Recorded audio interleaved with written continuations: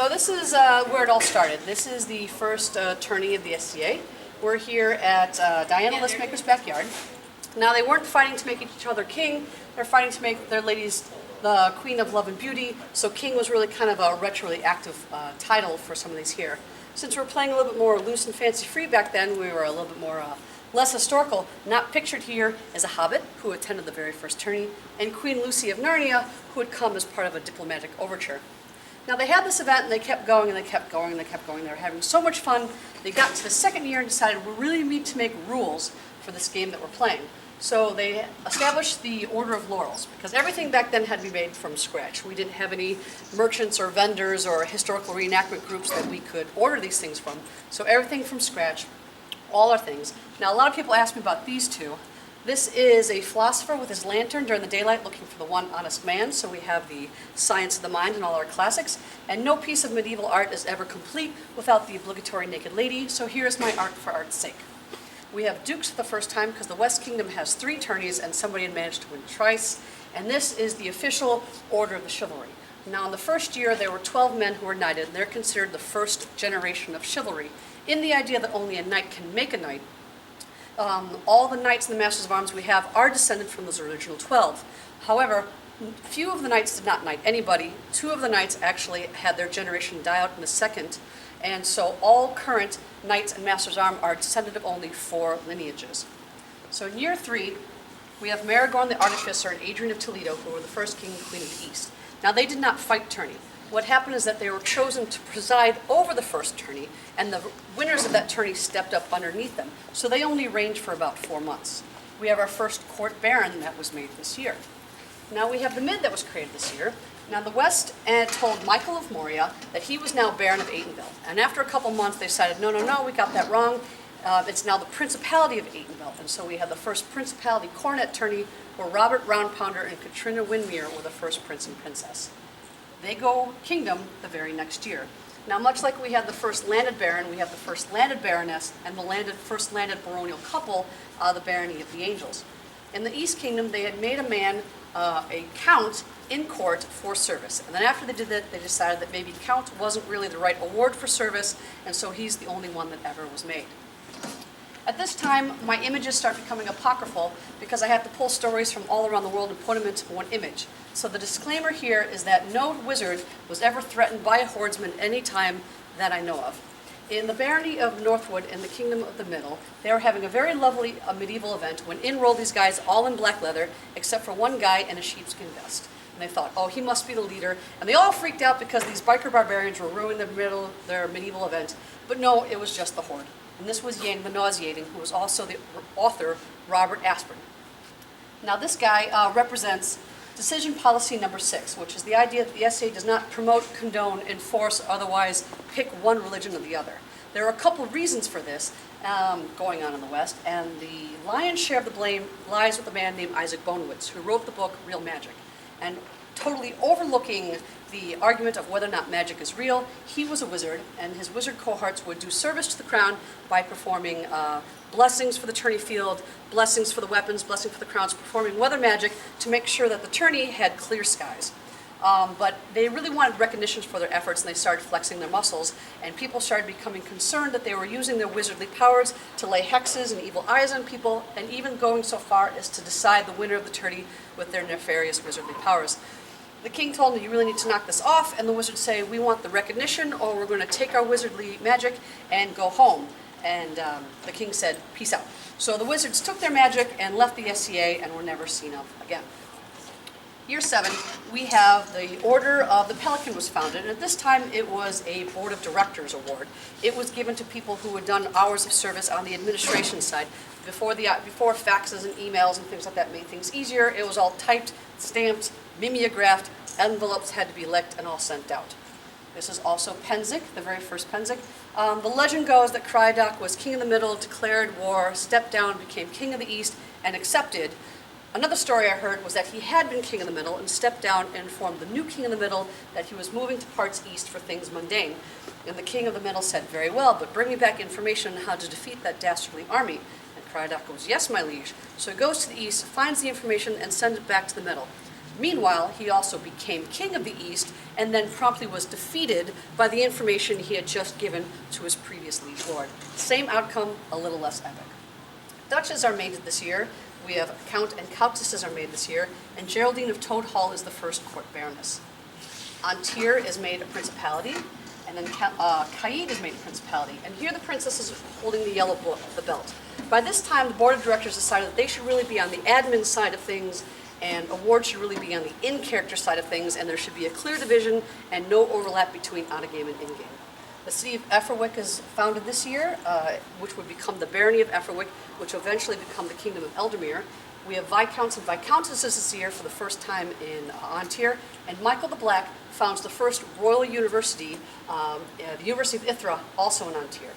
This is the domain of Merkphalin. The domain of Merkphalin was a group in the East Kingdom that when they joined, they sent their charter in written in Norse runes, specifically swearing allegiance to King Oddbjorn, King of the East. All well and good, but nobody was able to realize this, and when Oddbjorn stepped down, they no longer owed fealty. So they're the only king-free group in the SCA, and now all charters are required to be written in English, so that way we never have that mistake again. This is year 10, and Sir Trudy is the first female knight of the SCA. Up until this time, there had been kind of a push. Women wanted to fight, but there had been a pushback against it for a variety of the reasons, and the biggest excuse was that it wasn't period, which is kind of funny considering how we started out.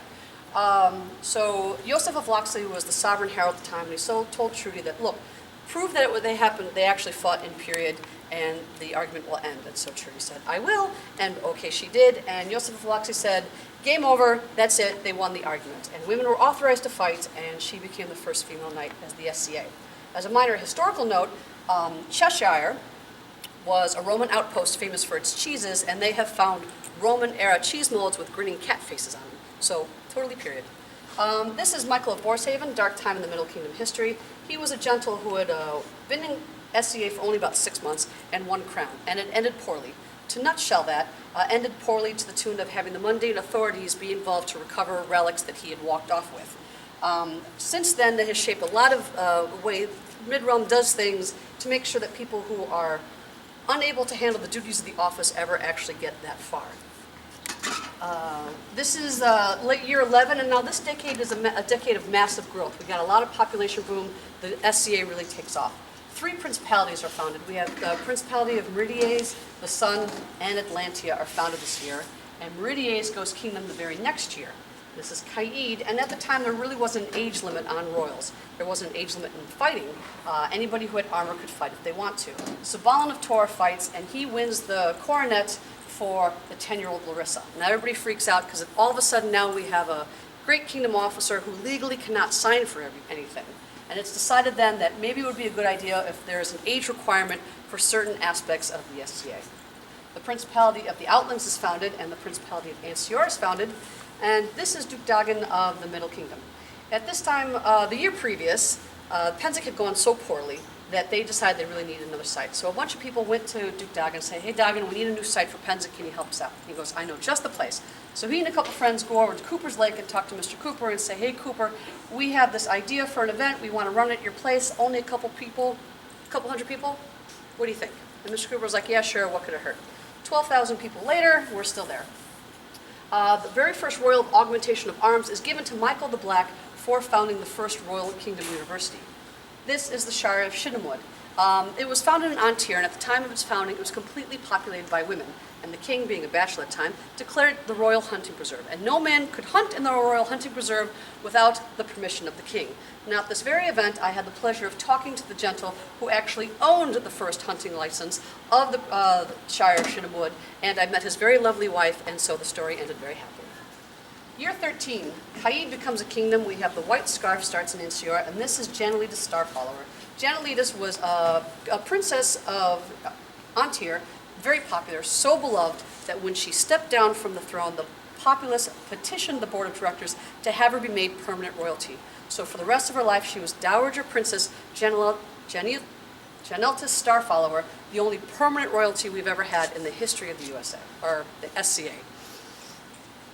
Ancior goes kingdom. We have 2 new principalities, the Mists and Sinagua, out of the west, and this is the Shire of Curragmore. Now, everything we do is based on populations and zip codes. And at the time, we had just enough people to put a shire on the USS Nimitz, an aircraft carrier which was so large it had its own zip code. There are pictures floating around of U.S. servicemen having fight practice on the flight deck. I would love to know what the Russians thought of that little development. Year 15, we take our medievalism and we invade Europe. And this is the Principality of Drachenwald out of the East Kingdom. Best guess of where it started is a military air force base, probably Ramstein, since it was the largest one we had. Year 16 is very busy. We have the Principality of Trimaris, who laid claim to the moon and Mars based on that little astronomers guild they have called NASA.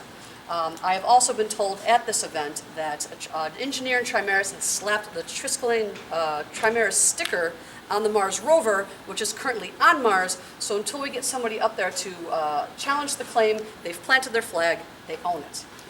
Calantir goes Principality, Antir finally goes Kingdom, and Atlantia goes Kingdom. Now the secret to that one is Michael of Bedford was King of the East the time he won his crown tourney. So what happened is he finished his reign as East King, stepped down, and immediately stepped back up as King of Atlantia, and everybody was like, well done, Michael, and promptly made a rule so it could never happen again. You cannot hold two royal lineages at the same time. Runestone is placed on the hill at Penzig, the old battle site, as a reminder that this is a game we play, we drink, we fight, and we hug it out at the end of the day, we're all still friends. And it says, in memory of Penzig 10, in war we test our honor, courage, and strength. Let no man strike in anger. Let no man lie in pain. The people of Gnome Mountain, which is from Calantir, erected the stone, and Lars carved it. Year 17, we have the start of a Straya War between Aitenveld and Caid. We have the first Roni festival from the barony of Roni, which will eventually become the kingdom of Lochak. And we have a very first royal by her own hand in the Mists. Calantir goes kingdom this year.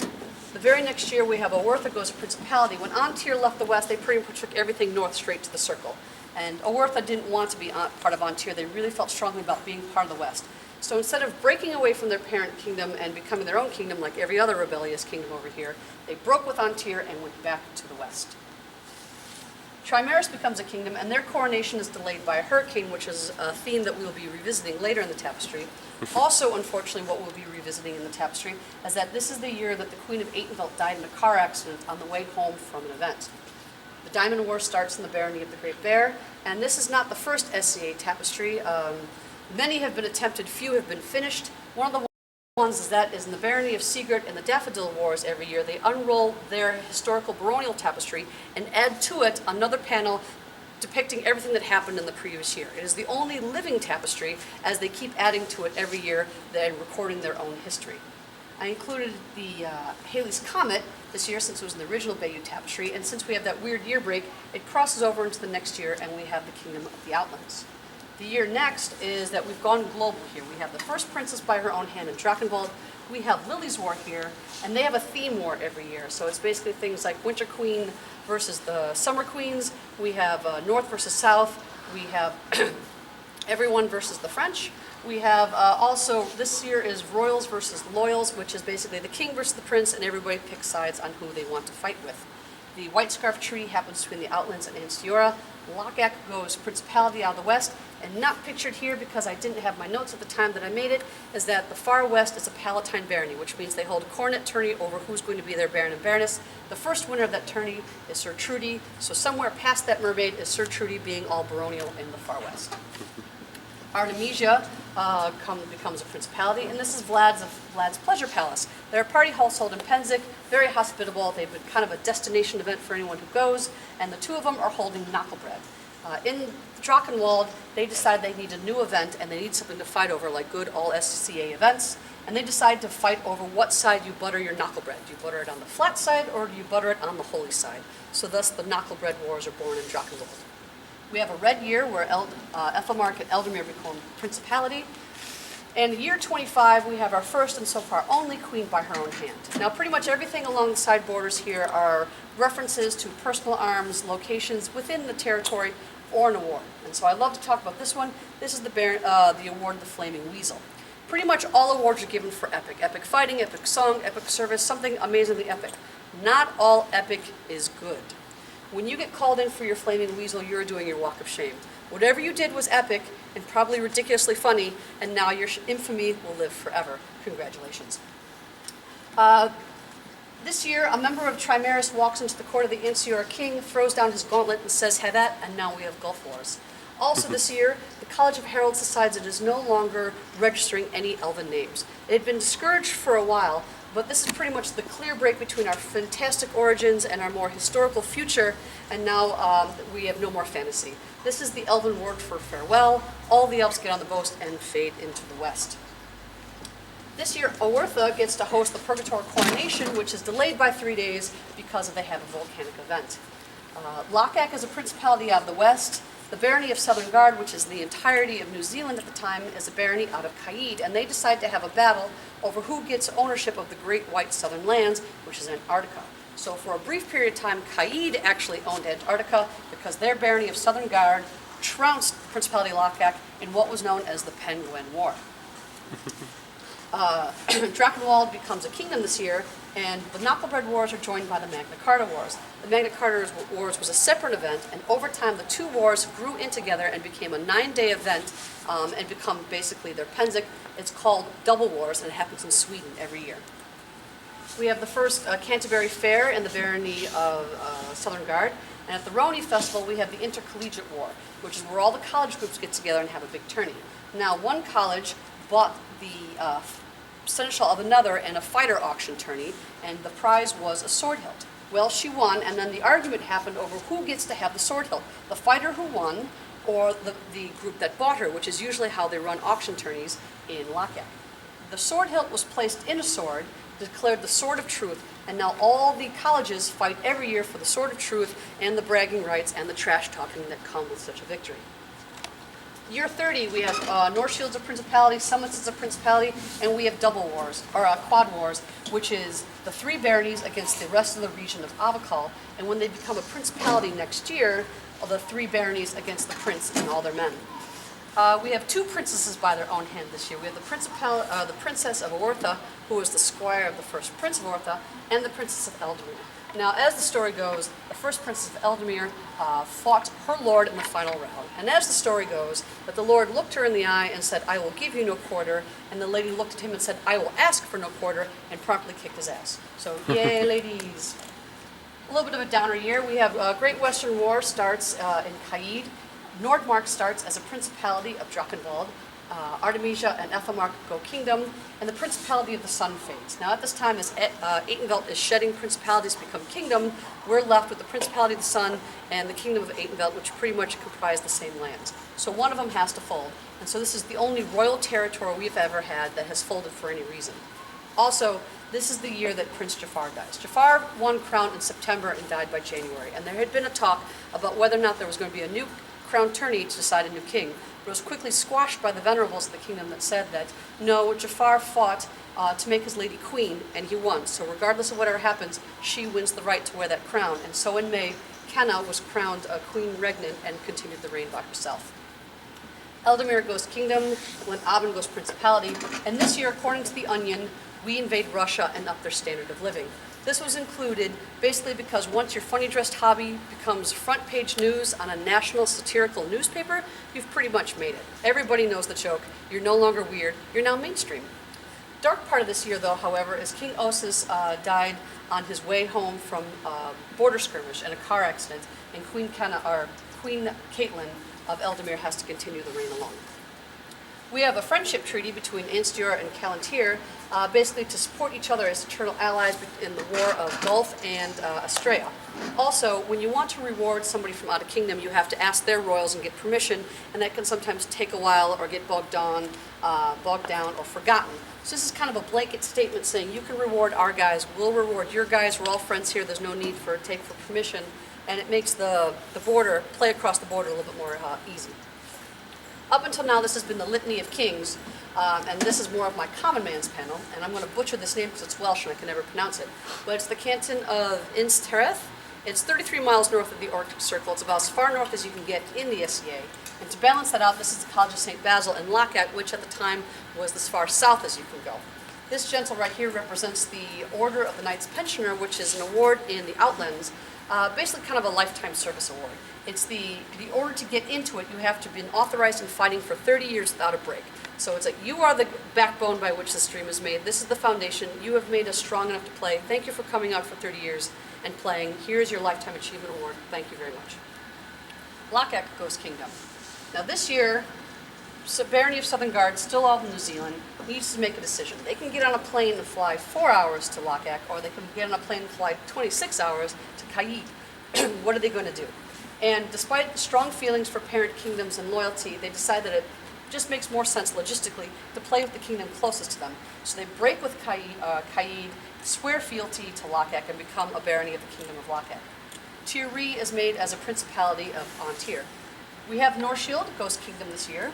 And the year following, we have Glenabin becomes kingdom, and their coronation is delayed by Hurricane Katrina.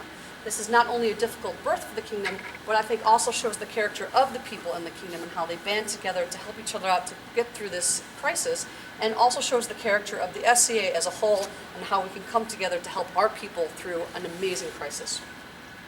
Now this is also another tapestry that has made it all the way through and gotten to there. The Barony of Darkwood in the Kingdom of the Middle, or the West, has a 20-year anniversary for the history of their barony, but unlike the last one that is a living history, they finish their 20 years and tap out.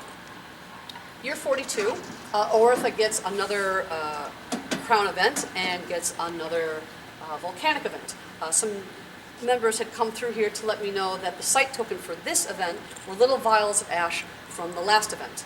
They are now also going to host the same event next year, so we'll see whether or not they get a third volcanic explosion. Year 42 also brings the ANS 50 Challenge, which was a challenge to make 50 of something and ready for 50 year. Do 50 dances, 50 classes, 50 fights, make 50 of something to give back to the society what they have already given to us. By this time I have been collecting all this information and these trivia and these interviews because I'm a history nerd and that's what I like to do. And at the time I thought that maybe I would use that information to make something to teach everyone the history of the SCA, and I thought it would be a lot smaller than this, but I don't ever really think things through. This is an end of the era panel. We have the death of Dieng the Nauseating and the death of Sir Ardle, the very first knight. It was kind of a bonus uplifting moment. We have Don Chamano out of Anstiora has the very first white scarf and takes it to the space station. So now we have broken the bonds of Earth and taken our madness to the stars. Theoretically, there is no stopping us now. The second principality of Drakenwald, we have Insulae Draconis, made up of the UK, Ireland, and Iceland. We have our great census that says, what did you like about the first 50 years? What do you want to see for the next 50 years? What do you want to keep? What do you want to change? How do we want to strengthen this game of ours and keep going? Also, this is the Barony of the Sun Dragon gets their member on the International Space Station, and I'm very pleased to announce that I think I have managed to provoke a rapier battle between the two groups over ownership of the International Space Station. I'm feeling very proud of that because we need more war. This year is a very quiet year. In year 46, the only thing I could find that happened in the SCA is that the Shire of Dragon's Mist went barony.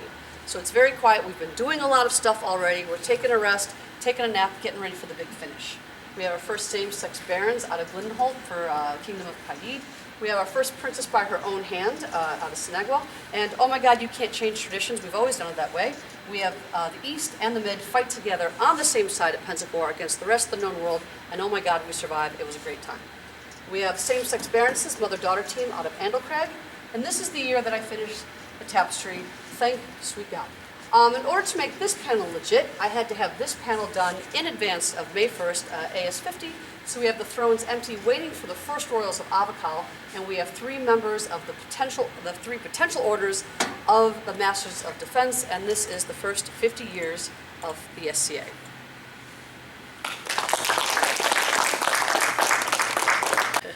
Well, what inspired you to make it? Well, I had all this information, and I didn't know what to do with it because a lot of people can tell you all about their barony, and most people can tell you about their kingdom. But once you get outside their bonds, they don't really know anything about it. So I've been collecting all this stuff with an idea that this would help people know about about the whole world.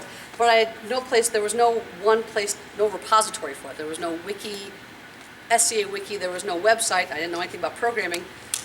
So I thought maybe I'd make a series of stained glass windows, but I don't know anything about stained glass. And then I thought maybe I'd do some scribal project, but I don't know calligraphy. But I could embroider And I figured an embroidery project would be smaller and easier than both stained glass windows and scribble. Yes on the stained glass. Yeah, maybe. It's all. I can also roll this up and put it in a duffel bag in my closet. I don't know what I'd do with like a series of cathedral-sized stained glass windows. So. Do you have a favorite panel?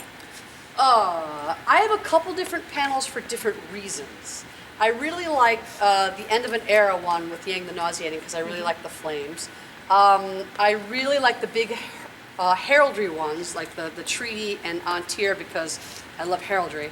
I was really proud, oddly, of the maple leaves at the base of the memorial plinth for the Queen of Atenvelt because I did those freehand. I cannot draw worth anything. This was all illustrated by my sister, who is not medieval, or she's not Scadian whatsoever, and so she would come over to my house and I would make her a steak dinner and she'd draw, and then I would fill in the necessary medieval details.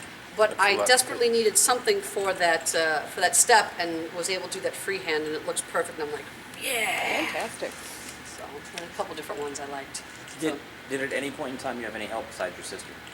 There are 3 or 4 stitches done by my husband really at the beginning, and then somewhere in one of the red panels, a friend of mine did a few stitches while we were at Pennsic one year just to say that she helped.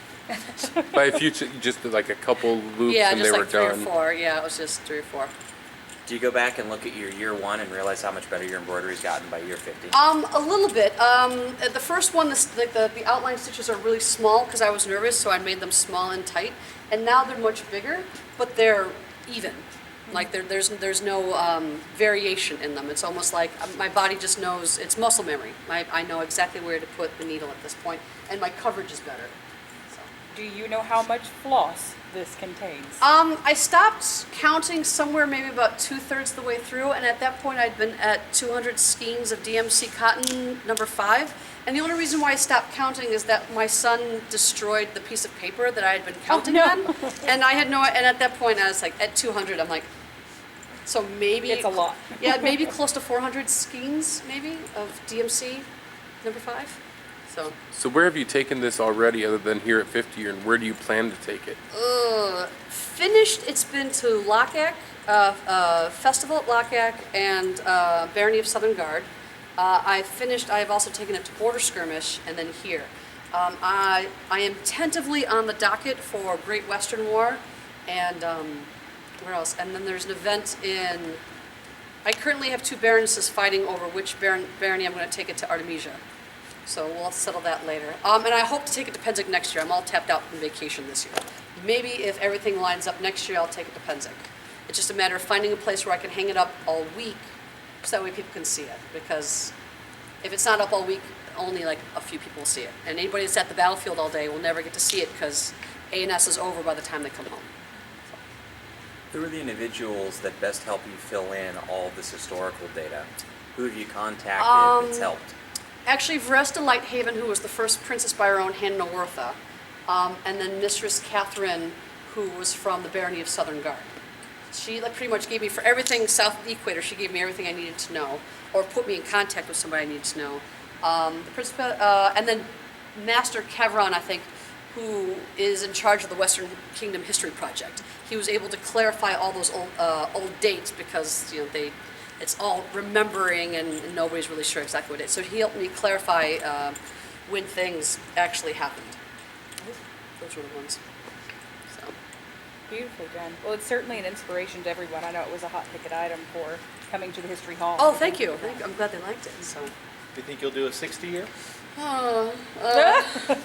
Would you add on, or would you? I'd like to. I really want to do something new. Blacksmithing, Stained glass? anything. Sure thing. I have a helmet and gauntlets. I want to go fight. I know that North Shield kind of made it rough for me because they immediately came out and gave me something good for 51. But it was so hard to find history for some of these years because they're so new. Mm-hmm. And we haven't had the time for Epic to sift through the retelling.